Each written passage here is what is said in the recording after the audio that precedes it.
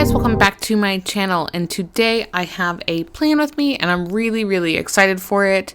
So I was kind of challenging myself if I could do a 2-week spread plan with me, meaning use it for this week. So I'm filming this and editing this on November 16th, and this is actually this week. So thankfully, I still had everything fresh in my mind, so I was able to plan this out.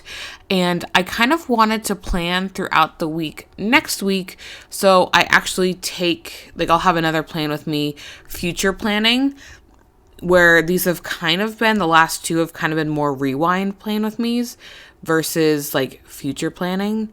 And I really like this kit, and it's from Planned Pretty, I believe. I think it shows up. And I bought this forever ago. When I say forever ago, I mean so long ago. And I was like, okay, well, I have a whole bunch of kits that I kind of just want to use. I used my kit last week and I love it. I love that kit. It's foiled and everything, but I really wanted to use up these kits that I purchased again forever ago. By the way, don't peel up on this planner unless you got some undue. So what I actually did was I used this exactly how I wanted to, and then next week is kind of going to be not a Franken plan with me, because literally it's the same kit, but it's something that I really wanted to use up, so it's not quote unquote perfect. Does that make sense? Anyway, so I have so many meetings this week. It was outrageous. I'm lucky that my office doesn't have too many meetings. There's only probably 2 meetings a week that are reoccurring, and I had, I think, 8 or 9, where it's funny, where Mike will, I call him the king of meetings. It's hilarious because he literally has 8 meetings a day.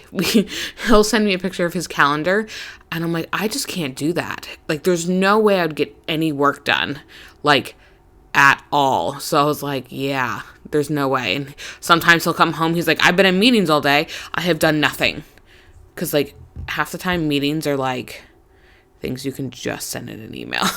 That's what I feel like. But thankfully our meetings are not like that. I mean, I'm sure there's some that are like that, but yeah, I mess up quite a bit in this because I'm still trying to find my my print pression legs, so to speak. But I get there, I think. Although next week's is not as smooth either because I'm Franken planning. Although again, I say it's not Franken planning.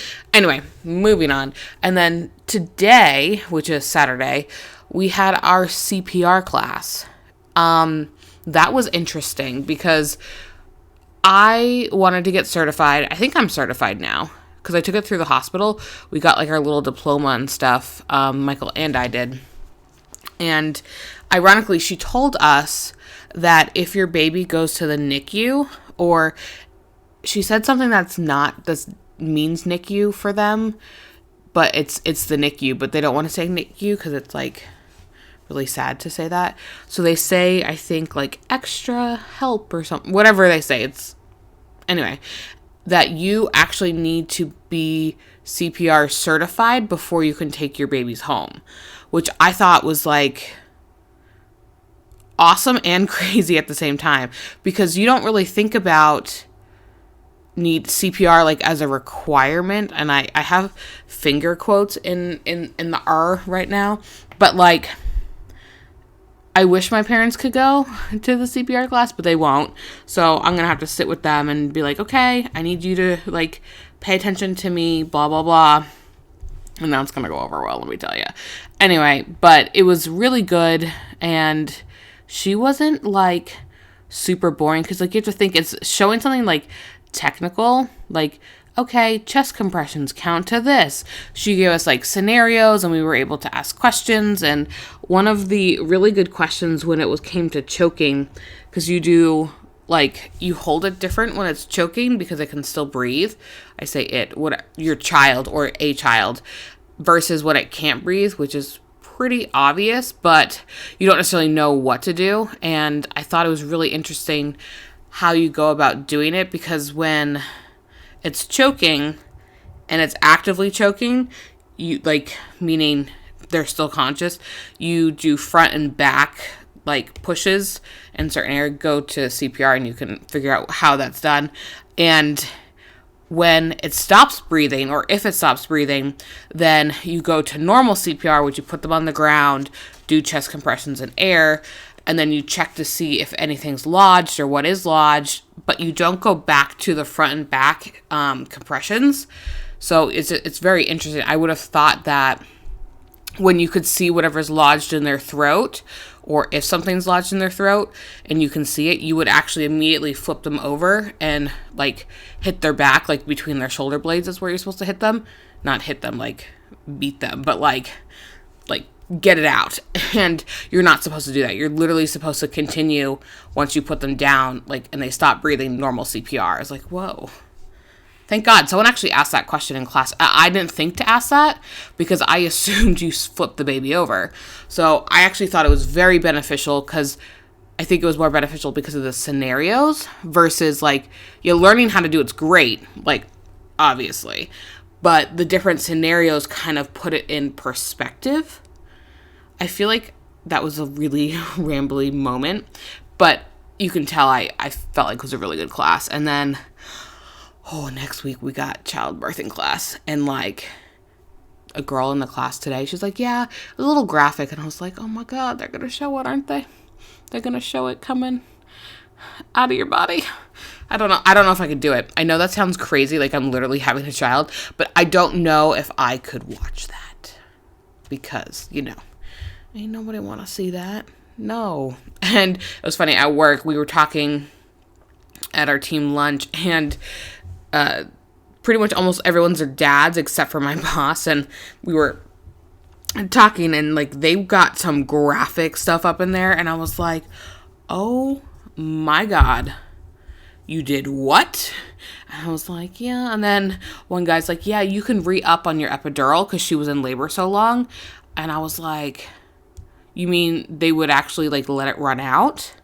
And so she got her epidural like earlier on in labor. I guess she was in labor for like 23 hours. And then she ended up having a natural birth because it was too late to get her more medicine because the baby literally was coming. So it's like she had the epidural during the easy part and not during the hard part. It's like, oh my God. It's like, I'm so not ready for this. Is that like, I mean, it's too late now. I'm 35 weeks tomorrow, but like the thought of doing that, although I'm one of those weird people. Okay. So when I had my ear sliced open to get my earring out, like I was a champ, and I only kind of, I don't want to say whine afterwards. I mean, it freaking hurt. I mean, they're literally taking an X-Acto knife and literally slicing your ear open. I mean, a scalpel, whatever they're called. And it hurt so bad, but like during it, I was totally like conscious and there, obviously, but like I kind of just like stepped up, and I'm hoping that's like what my body will do during birth, is that like my mind and my body will just be like, all right, let's do this, and like do it.